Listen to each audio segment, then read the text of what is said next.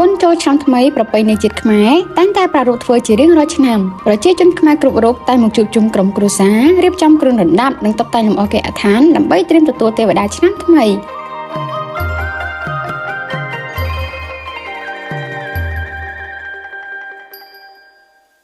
មានពេលវេលាញ៉ាំអាហារជួបជុំជាមួយក្រុមគ្រួសារដើម្បីបង្កើនភាពស្និទ្ធស្នាលនិងអបអរសាទរពិធីបុណ្យចូលឆ្នាំ